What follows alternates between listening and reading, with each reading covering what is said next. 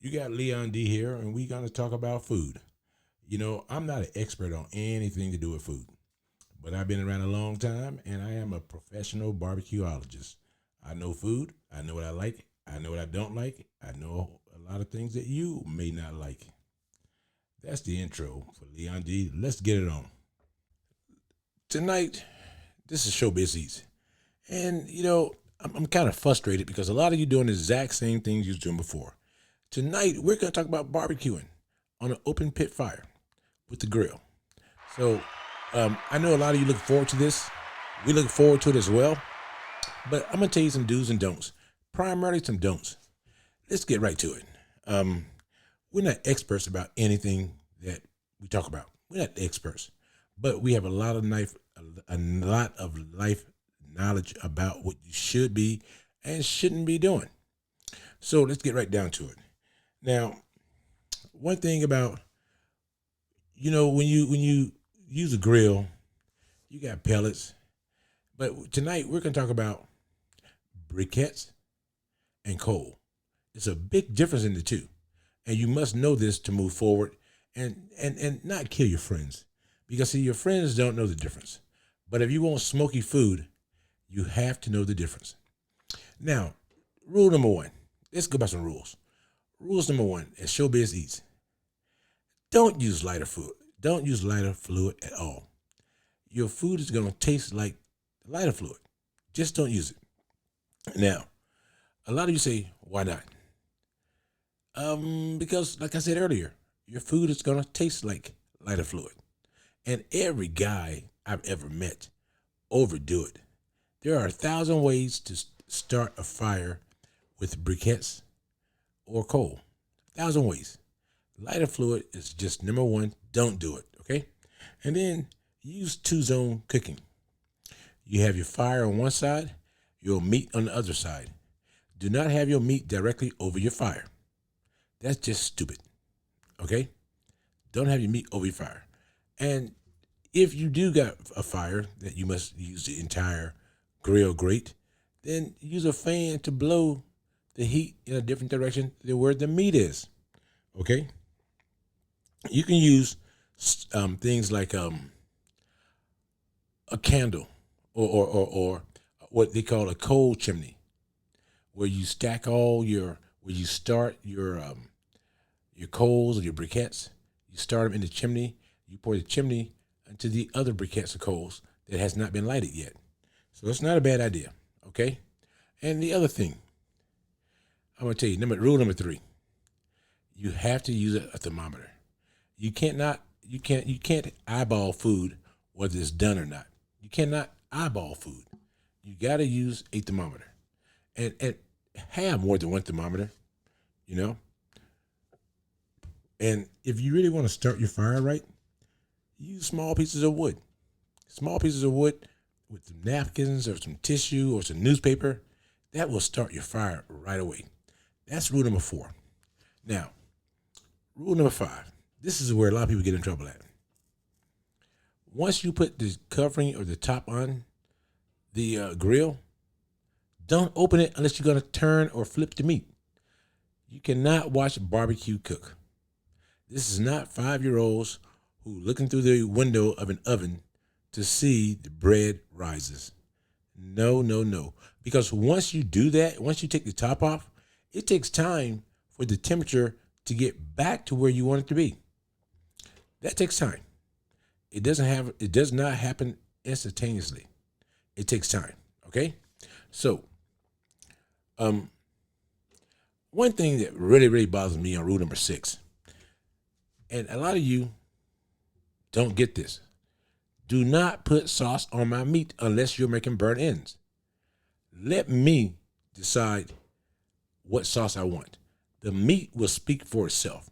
If the meat is good and tender, it'll speak for itself. You don't go to Ruth Chris and you get a filet mignon for $50 and you drench it in A1 sauce, or you have the waiter do it for you. That's stupid. You're buying the meat. You want to taste the meat. The sauce should be um, a complement to the meat, not the meal. Okay? Now, I know some of you find this hard to believe, but most great barbecues chefs do not want sauce on their food. If you're doing competition, that's a different story. But if you're not doing competition, just cook my meat. Don't cook my sauce, okay? So that's just something you just got to deal with. Now, here's one thing that always bothered me. And I got to tell you this because a lot of you don't know this. A lot of you are very, you can say stupid. You must, rule number 7, put a little oil on your grill so the meat don't stick to it. Nobody wants the meat in the back or whatever, or the skin is stuck to the grill, and when you pick the meat up, it tears it off. Nobody wants that. Some of you backyard barbecue grill people who think you're pretty good, I'm not even going to use the word grillologist because you're not there. If you're doing chicken thighs or chicken wings or whatever, and you're ripping half the skin off and half of everything else, that's just it doesn't look right. Okay, it may taste the same, but if you take just a little bit of Pam or virgin olive oil on a napkin and wipe across it, that meat won't stick, and it looks a whole lot better than what you probably think is gonna look when you act like a caveman and just tear it off. Okay, so don't do that. Okay, and here's something that a lot of people don't know, but you should know. If you take the USDA classes on cooking, never use the exact same tongues for raw meat and cooked meat. That's nasty. That will get you sick as hell. You may take salmonella from the raw meat and now put salmonella on the cooked meat. Don't do that. If you only got one set of tongues for your barbecue, don't invite me because I'm going to see that and think that's not right. Now, rule number 9. This is should be rule number 1. But Showbiz Eats, we made it number 9. Control the temperature. You gotta watch the temperature at all times. Whether it's a little temperature gauge, digital or analog on the outside of the grill, which is never accurate. That's why we use probes and other type of things for Wi-Fi. You cannot do that. That's like using the same tongue on raw meat and cooked meat. You don't do that. You just don't do that. Okay. And now, here's something very important. Anybody can cook beef. Say a brisket. You let it get to 205 internally. Anybody can do that. But what makes our meats taste better than anybody else's is the rubs and the seasoning. Some people want dry rubs. Some people want wet rubs. Wet rubs is I don't get into the submerging meat into liquids and fluids unless it's a turkey. But I'm all about dry rubs. Dry rubs for a number of reasons. Dry rubs, you can make some parts of the meat more flavorful than other parts. Once you marinate it, it gives you a nice base around the entire piece of meat equally. Well, I use dry rubs because I like for the dry meats, like breast, I like for them to have a lot more seasoning than, say, the dark meat. Now, a Boston butt or a brisket, I like for them to have a certain amount of rub on, like, a flat or a point.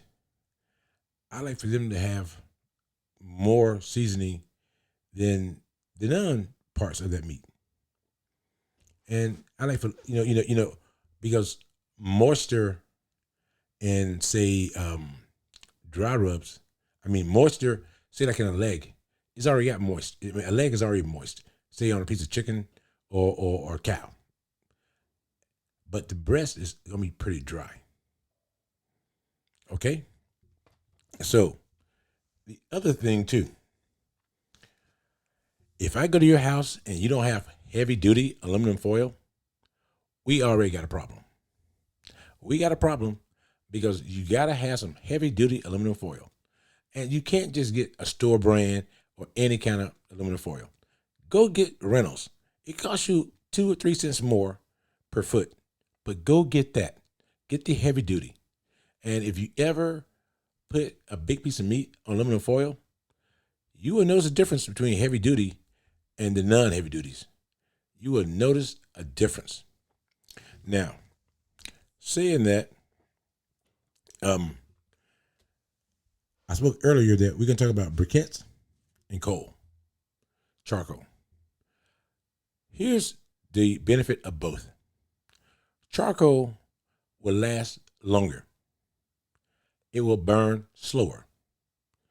So when you open your grill up, it takes longer for charcoal to get back to the temperature. Briquettes will burn hotter. They also will burn faster. That's just the way it is, okay? Now, if I want to get hot heat, I'm using briquettes. If I'm slow cooking, if I want to cook very slow, I'm going to use charcoal. And don't cut corners on the brands. There's a reason why some brands been around, say 500 years, and some brands been around, say 2 years. It's like buying a Traeger grill versus some of the other ones that want to be Traeger. Reliability, sturdiness, and it's going to be there for the long term. I will give you a brand that if I was going to cook for my family, I will always use a Weber. I will use a Weber grill. A Weber is simple. You can fix it yourself, and a Weber simply is made for the long term, and it's been around 500 years. There's a reason why it's been around 500 years for coals or briquettes. Briquettes are definitely going to burn hotter. It takes longer for them to lose the temperature, but coals, man, they get hot quick as hell, and they will go up to 700-800 degrees. Coals will do that. Coals will do that. Briquettes will not do that. But when I say coals, you have to get lump coal. Lump coal is totally different than regular coals. Lump coals are even smokier than briquettes or coals. And once you start them, they are going to sizzle for hours. But now a briquette will sizzle longer, but it will not get to the temperature of a lump coal. Just can't do it. Nope, just can't do it. Briquettes need less tending to. Lump coals need more tending to because they will burn faster and hotter. So that's very important. And if you really want to do the test, get one of your kids, put the left hand in where the coals are, and put the right hands where the briquettes are, and you will see he's burnt off one hand, other hand is still semi-functional. Yeah, use your kids for a lot of testing theories. I once had 6 kids, and I'm down to 2 because I was testing them out on grills and other type of things. So that's where it all starts at. But those are the 15 things that can make you a better grill master. Show your friends, brag to your friends. You're not going to impress me because for a lot of us, they're common sense things, and we know a lot of people don't have common sense. So it is what it is. But you got a lot of companies that would tell you differently. They're all wrong. We got a variety of grills. We got pellets, we got lump coal, we got briquettes, we got Traegers, we got Camp Chefs, we got Weber's. We got a lot of different grills. We test them all the time. We understand direct heat, indirect heat. We understand that you don't put certain meats above other meats. Yeah, you don't put a brisket on top of chicken. No, no, no. You don't do that. That's trying to mate. It's like trying to mate an alligator with a snake. It ain't gonna happen. No matter how much you hope and how much you think it is, it's not gonna happen. So we try different things. We try different foods, but more importantly, we want you to be successful this year. Now, a lot of you won't be. You won't be because you have the passion to barbecue. You just don't have the knowledge to learn how to do it right. And we don't want you to be a barbecuologist. No, no, no. We don't want that at all.